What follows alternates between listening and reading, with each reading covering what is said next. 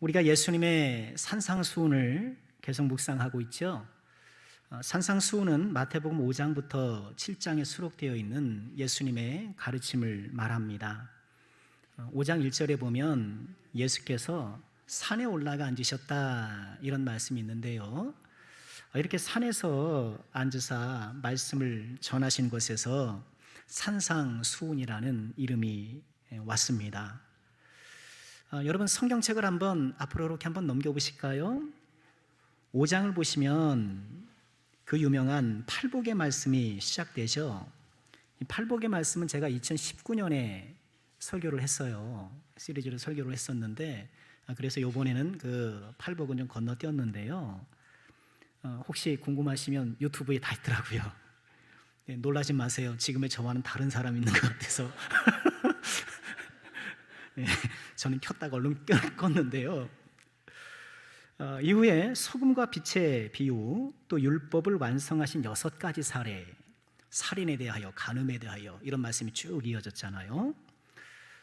그리고 6장에서는 외식에 대해 말씀하시면서 구제할 때 외식, 기도할 때의 외식, 그리고 이방인처럼 중언부언하지 말라고 하시면서 특히 주기도문을 설파하셨죠. 그리고 이어서는 제자들의 재물관, 얼마 전에 우리가 함께 살펴보았죠. 그리고 염려하지 말아라 이런 말씀을 해주셨고, 그리고 요즘 우리가 묵상하고 있는 7장에서는요 비판하지 말 것을 당부하시면서 이제 오늘 본문에 이르게 되었습니다. 오늘 우리가 읽은 이 말씀은요 산상수훈 교훈 내용의 사실상 마지막이다 이렇게 볼 수도 있어요. 왜냐하면 이어지는 12절 말씀은 산상수훈 전체에 대한 요약에 해당되고요. 그리고 연이어 나오는 좁은 문의 말씀, 여러분 성경책 있죠? 그리고 거짓 선지자를 주의하라는 것, 그리고 지혜로운 건축자, 이런 모든 이야기들은 물론 예수님의 소중한 가르침이긴 합니다만 예수님의 산상수훈을 적극적으로 순종해야 한다는 그런 촉구하는 말씀들이에요. 산상수훈의 마지막 교훈이라고 할 수 있는 오늘 이 말씀, 여러분 이 말씀이 또 기도에 관한 말씀이라는 것이 우리에게 시사하는 바가 크죠. 오늘 말씀을 준비하면서 2월 첫 주일에 쉬지 말고 기도하라 이런 제목으로 데살로니가 전서를 말씀으로 우리 표어 말씀이기도 하니까 기도 설교를 했기 때문에 또 기도 설교를 해야 되나 이렇게 고민을 잠시 했었어요. 그렇지만 예수님도 산상수훈을 말씀하시면서 이미 골방기도에 말씀하시고 금식에 대해서도 말씀하시고 주기도문에 대해서 말씀하신 이후에 또 재차 기도에 대해 말씀을 하시더라고요. 그래서 저도 용기를 내어 다시 한번 기도 설교를 하기로 했는데요. 산상수훈에서도 이처럼 기도가 많이 나오는 것, 그것은 그리스도의 제자된 저와 여러분이 이 세상을 살아갈 때 기도가 얼마나 중요한가, 그것을 다시 한번 확인시켜 주는 거죠. 오늘 설교의 제목을 다시 한번 구두찾기 이렇게 정했는데요. 구두찾기는 오늘 말씀에 있는 구하라, 찾으라, 두드리라 이 말씀의 앞글자를 따온 거예요. 물론 순서를 살짝 바꿨습니다만.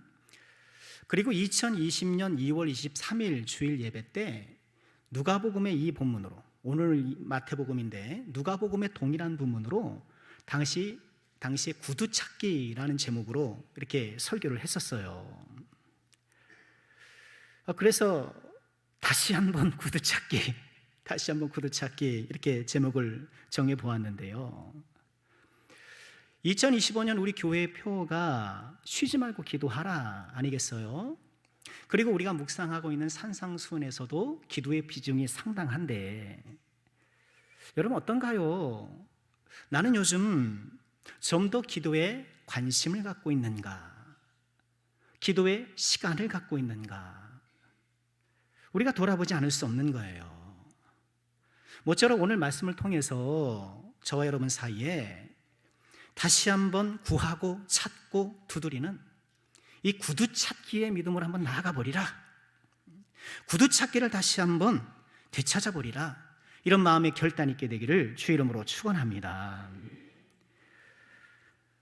구하고 찾고 두드리고, 이 구두찾기 말은 쉽지만 사실 잘 안 돼요. 너무 바빠서, 너무 바빠요. 또 우리는 별 문제가 없이 평탄해서 또 기도를 잘 안 하게 되는 경우가 있고요. 반대로 문제가 너무 많다 보니까 뭘 어디서부터 기도해야 될지 몰라서 또 기도를 주저하게 되는 경우도 있지 않나 싶어요. 우리의 기도를 저해하는 그런 여러 가지가 있을 수 있겠습니다만, 우리 생각 중에 이 다음에 세 가지 생각이 있지 않나는 생각을 해보았어요. 존 스토트 목사님이 산상수훈이라는 이 당신의 책에서도 이 얘기를 했었는데요. 먼저는 기도는 부적절하다는 생각이 은연중에 있을 수 있어요. 왜냐하면 아버지 하나님께서 우리의 형편을 다 아시는데, 다 아시는데 그 구태여고 기도를 할 필요가 있겠느냐? 하나님을 너무 생각하셔서 나의 사소한 문제까지 요청드릴 필요가 있겠느냐, 그런 거예요. 우리가 앞서 6장 31절 32절에서도 그런 말씀을 보았잖아요. 염려하여 이르기를 무엇을 먹을까, 무엇을 마실까, 무엇을 입을까 하지 말아라. 이는 다 이방인들이 구하는 것이라. 너희 하늘 아버지께서는 이 모든 것이 너에게 있어야 할 줄을 아시느니라. 다 아신다는 거예요. 먹고 마시고 입는 문제를 구하는 것은 이방인들이라 하는 것인데 그런 거 하면 안 되고, 또 하나님께서 다 아신다고 하는데 굳이 기도할 필요가 있느냐, 이런 생각을 하는 경우가 간혹 있어요. 하지만 예수님이 하신 말씀의 핵심은 뭔가요? 먹고 마시고 입고 이런 일상의 필요를 절대 구해서는 안 된다, 이런 말씀이 아니라 우리의 욕망 중심의 기도를 경계하신 것이죠. 예수님이 이미 주기도문을 통해서 일용할 양식을 요청드리도록 우리 그렇게 가르치셨잖아요.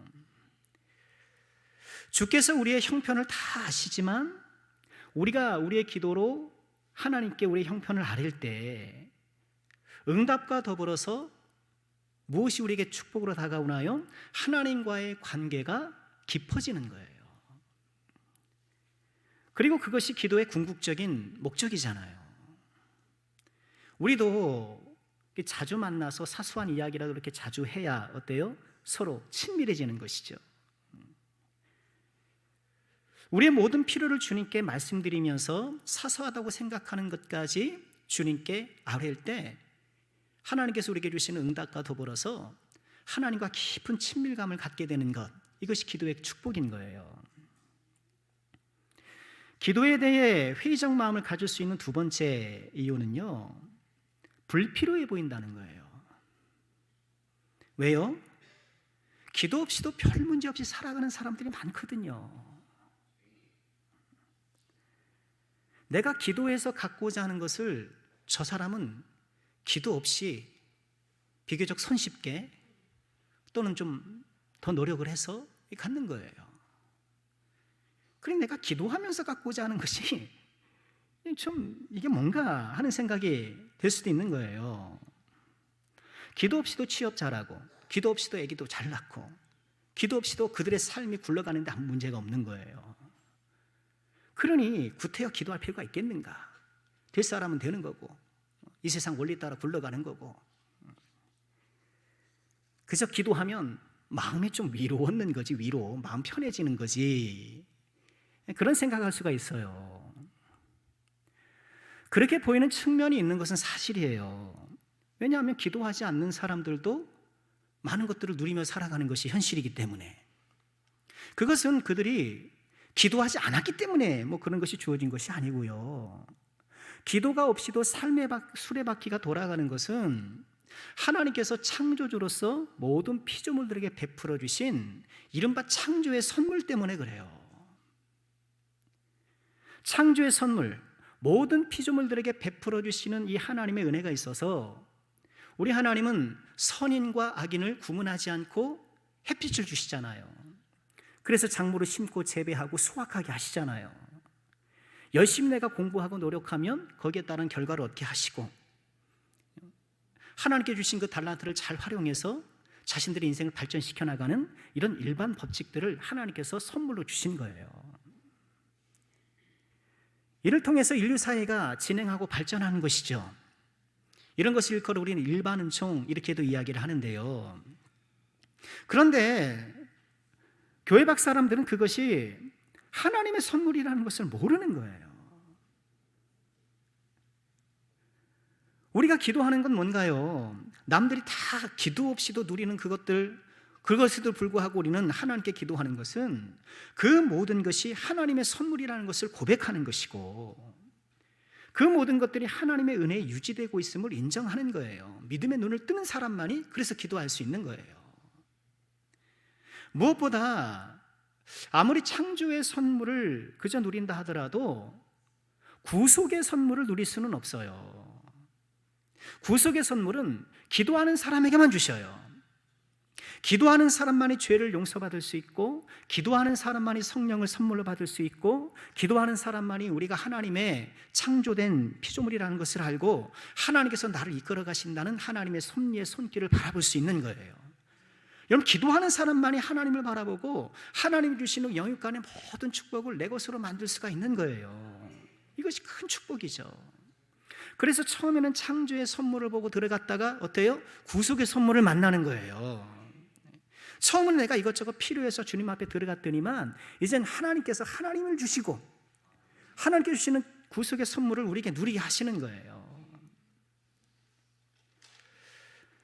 기도가 불필요하지 않나 하는 세 번째 생각은요, 기도가 비생산적이다라는 생각일 수 있어요.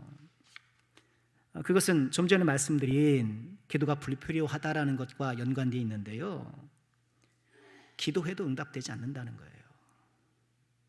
여러분 어떠신가요? 여러분 지금껏 기도하셨던 모든 것들이 다 응답되셨나요? 네. 병 낫기를 위해서 그렇게 기도했는데 오히려 더 병이 깊어지기도 하고 응답되지 않은 기도가 많다는 것이죠.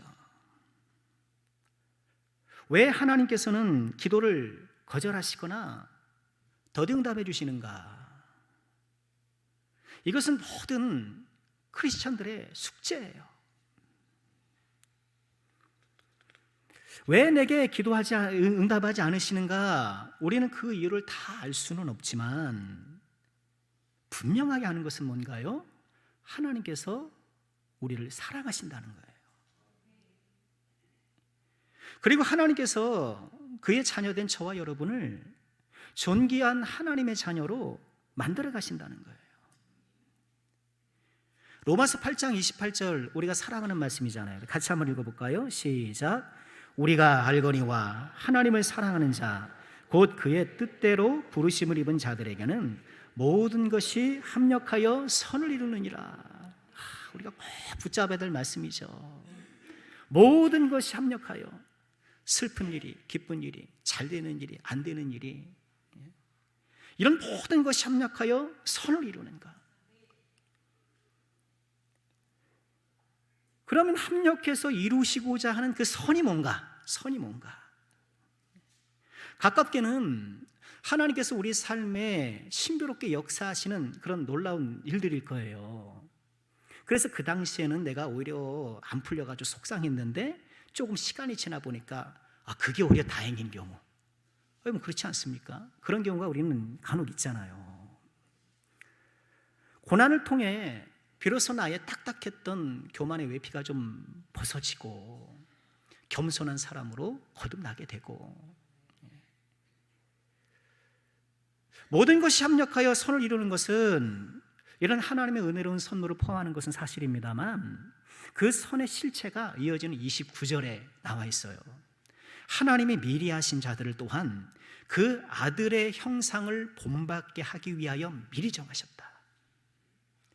하나님께서 저와 여러분을 어떻게 선택하셨어요? 무슨 목적으로요? 아들의 형상을 본받기, 예수님처럼 만들기 위해서 저와 여러분을 선택하셨다는 거예요. 그리고 그 목적을 이루시는 가정 가운데에 어때요? 모든 것이 합력하여 이 이유를 이루게 하시는 거예요. 아들의 형상을 본받게 하기 위해서 우리를 택하셨고, 이 선을 위해서 모든 것이 합력한다고 말씀하시는 거예요. 기쁨과 슬픔과 성공과 실패, 부유함과 가난함. 때로는 기도에 응답하심으로써, 때로는 기도에 거절하심으로써 우리를 하나님의 형상으로 빚어가 나가시는 거예요. 기도가 응답될 때 우리의 믿음이 성장하기도 하지만, 기도가 거절될 때 우리의 응답이 더 성장해요. 욥을 보세요. 모든 것이 편안할 때 그는 좋은 믿음이었어요. 그런데 인생에 큰 시련과 환난이 닥치니까 위대한 믿음이 되더라고요. 좋은 믿음에서 위대한 믿음이 되는 거예요. 우리의 마음속에 기도에 대한 이런 회의감, 이것뿐이겠습니까만, 기도에 대한 회의감을 품게 하는 이런 생각들을 우리가 좀 믿음으로 좀 쫓아내고, 오늘 예수님의 말씀을 다시 한번 우리 마음에 새겨야 되지 않을까요? 우리 7절과 8절 다시 한번 읽어볼까요? 함께 하죠. 구하라, 그리하면 너에게 주실 것이요, 찾으라, 그리하면 찾아낼 것이요, 문을 두드리라, 그리하면 너에게 열릴 것이니, 구하는 이마다 받을 것이요, 찾는 이는 찾아낼 것이요, 두드리는 이에게는 열릴 것이니라. 이 말씀 믿으시길 주 이름으로 축원합니다. 이 말씀을 꼭 믿어야 돼요. 구하라, 찾으라, 두드리라. 예수님은 기도에 관하여서 이 세 가지 동사로 말씀을 하시는데요, 저는 이 세 가지 동사가 기도의 세 가지 측면을 설명한다, 그렇게 묵상해 보았어요. 먼저 기도는 뭘까요? 기도는 구하는 거예요. 도움을 요청드리는 거예요. 2월 첫 주일에도 그 말씀을 드렸는데요, 이것이 기도의 기본이에요. 기도의 시작이에요. 하나님 도와주세요. 하나님 도와주세요. 여러분 어떤가요? 지금 우리의 도움이 필요하지, 하나님의 도움이 필요하지 않습니까?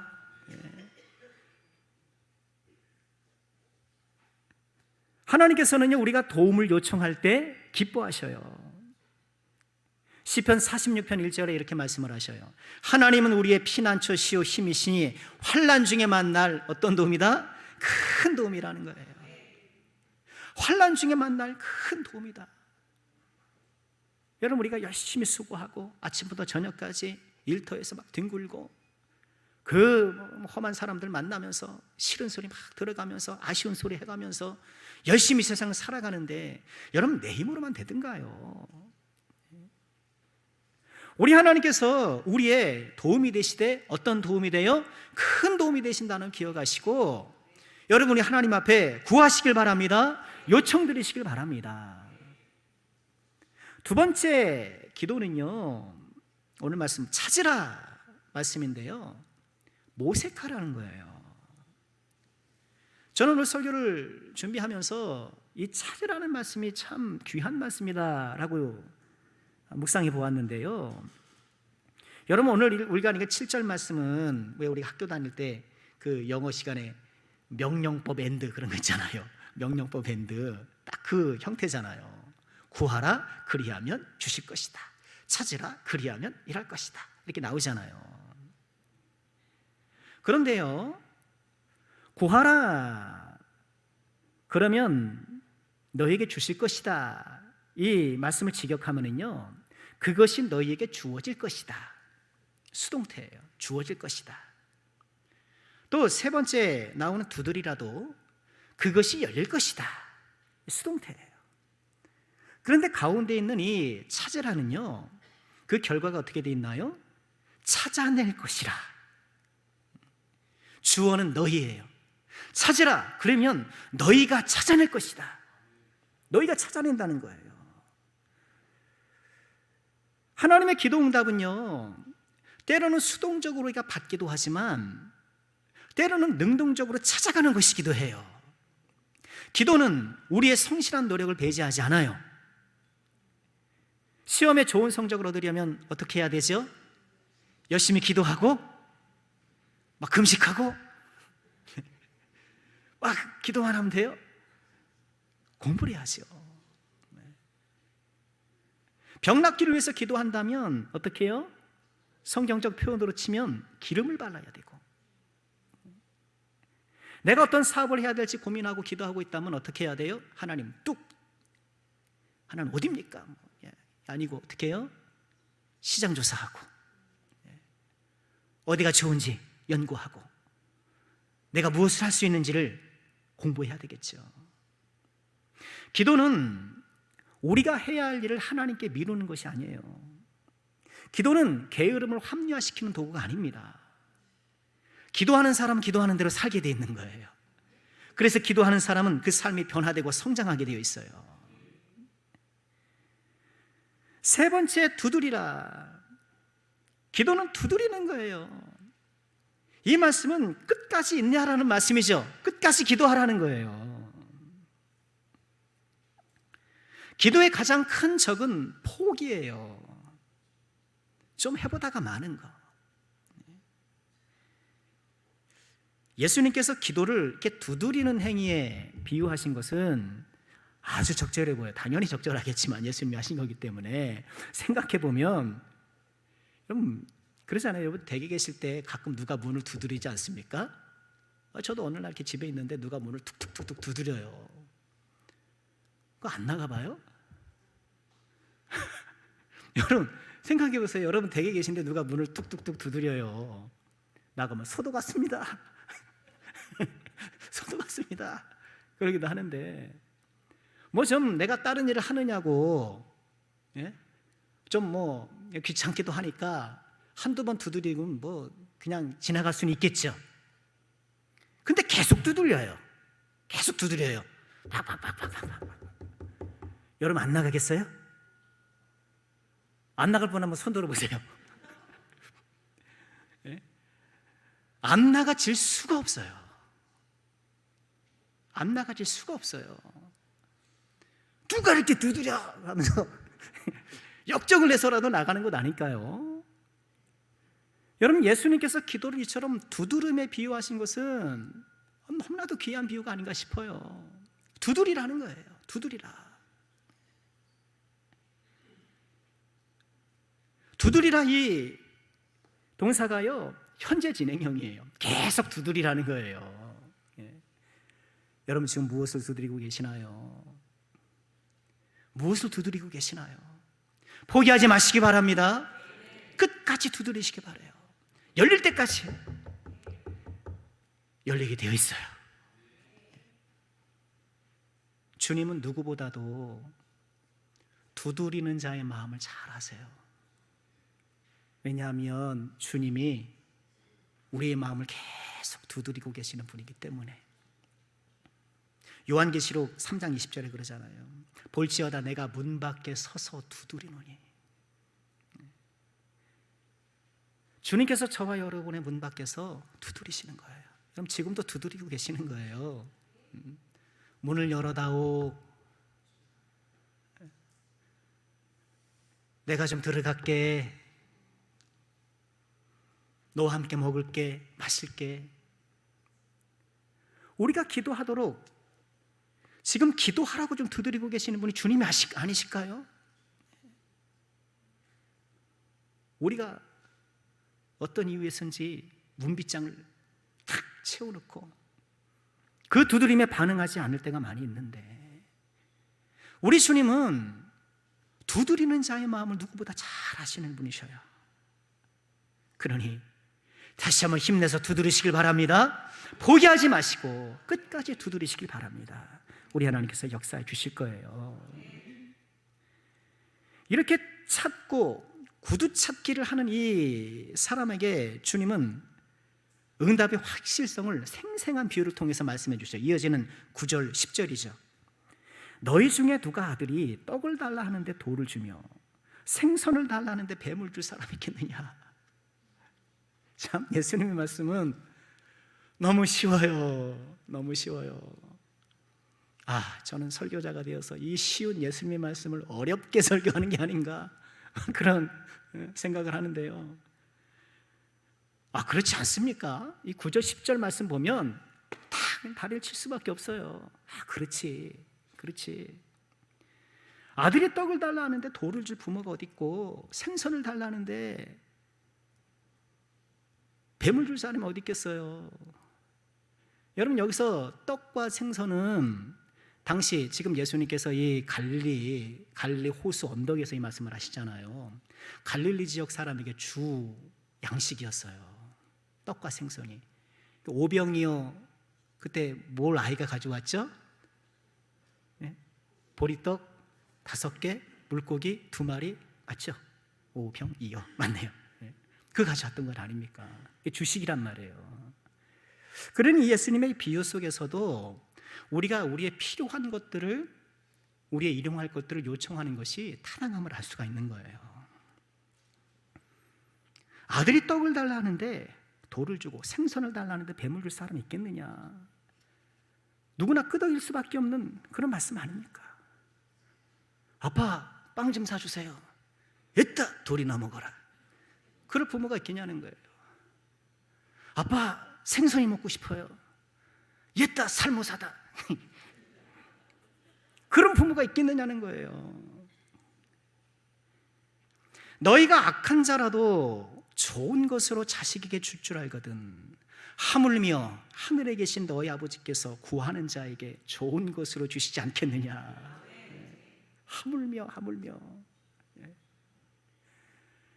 여러분이 하물며의 은혜를 꼭 붙드시길 주의 이름으로 축원합니다. 하물며의 은혜. 앞에 우리가 6장 30절에서도 이 하물며를 보았잖아요. 오늘 있다가 내일 아두궁에 던져지는 들풀도 하나님이 이렇게 입으시거든. 하물며 너일까 보냐. 하물며 하늘에 계신 아버지께서, 하물며 하늘의 아버지께서, 이 하물며 은혜를 꼭 기억해야 되는데요. 우리는 이 예수님 말씀을 조금 더 깊이 들여다볼 필요가 있어요. 보세요. 지금 예수님께 먼저 요청드린 내용은 뭐예요? 떡과 생선이잖아요. 하나님, 저 떡 좀 주세요. 생선 좀 주세요. 이렇게 기도를 했는데 주님의 응답은 뭐예요? 11절에 보면 좋은 것으로 주시지 않겠느냐, 이렇게 말씀을 하셔요. 좋은 것으로 주시지 않겠느냐. 예수님께서 말씀하신 그 좋은 것에는 내가 처음에 요청드린 떡과 생선이 포함될 수도 있지만 그것이 포함이 안 될 수도 있죠. 이 말씀을 통해서 우리는 때때로 우리의 기도가 기도하는 그대로 응답되지 않을 수 있다는 것을 보게 돼요.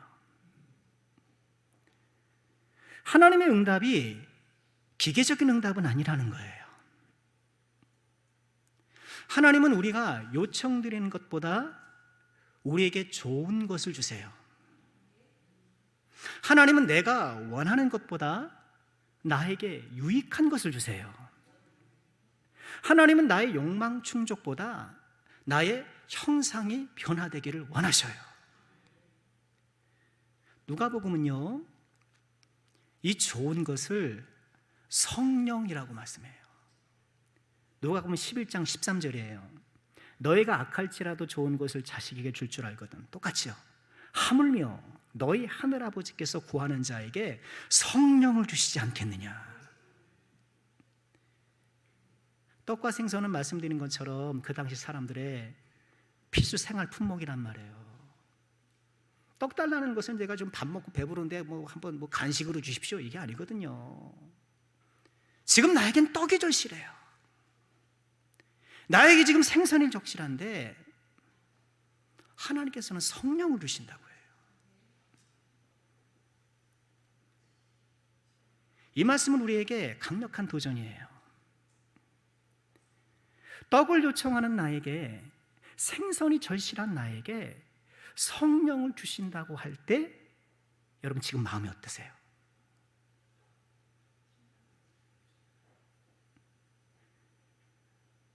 여러분, 떡과 성령, 생선과 성령, 무엇을 선택하시겠어요?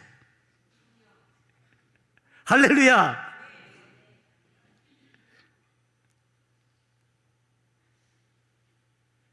여기에 우리 믿음이 있는 거예요. 여기에 믿음이 있는 거예요. 잠시 요셉을 볼까요? 부잣집 도련님에서 하루아침에 노예가 됐잖아요. 형들한테 팔려서. 노예를 팔린 후에 뭐 좀 정신 차려서 조금 이렇게 그래도 보비다를 비해서 가정 총무하면서 좀 그래도 좀 자리를 잡아가나 싶더니 어때요? 누명을 쓰고 죄수가 됐잖아요. 노예에서 죄수로 그의 인생이 거듭거듭해서 추락해요. 그 추락하는 과정에서 요셉이 얼마나 기도했겠어요. 형들에 의해서 구덩이로 던져질 때 형들한테 애원도 했지만 하나님 도와주세요. 얼마나 기도했겠어요. 억울하게 누명을 쓰고 감옥에 던져질 때 그때도 얼마나 기도했겠어요. 하나님 이게 웬일입니까? 구덩이에 던져질 때마다 구원의 떡을 요청했고 감옥에 던져질 때에도 구원의 생선을 요청했고 하나님 저는 이게 절실해요. 이게 절실해요. 그렇게 구원의 떡과 구원의 생선을 부르짖었지만 하나님 묵묵부답이었어요.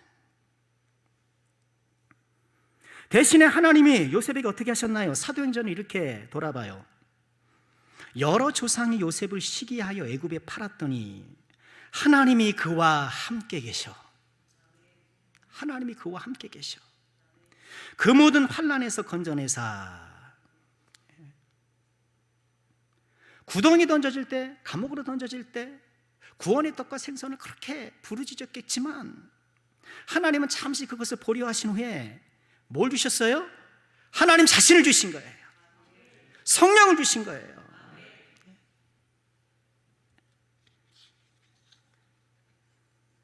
훗날 요셉은 왜 그때 하나님께서 떡과 생선을 보류하셨는지 주시지 않으셨는지 훗날 깨닫게 돼요. 창세기 50장 20절이에요. 당신들은 나를 해하려 하였으나 하나님은 그것을 선으로 바꾸사 오늘과 같이 많은 백성의 생명을 구원하게 하셨습니다. 그때 내가 떡을 얻어 먹었으면 그 구덩이에서 나왔고 내가 그때 생선을 얻어 먹었으면 그 감옥에서 나왔으면 그 손쉽게 나왔으면 지금 이 창세기 말씀 아시잖아요. 그 야곱의 일가를 구하고 굶주림에 시달렸던 애굽의 그 수많은 사람들을 구할 수 있겠느냐는 거예요.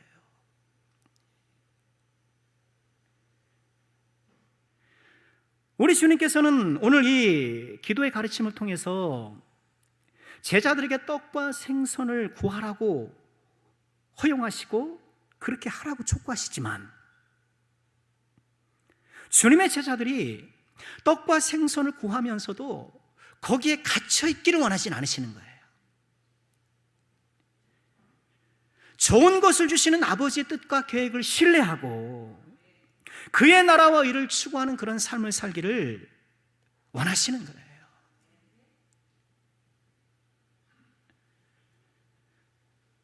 우리를 하나님의 아름다운 형상으로 빚어나가시는 하나님의 그 손길을 의지하면서 우리는 기도보다 더 큰 사람이 되어야 돼요.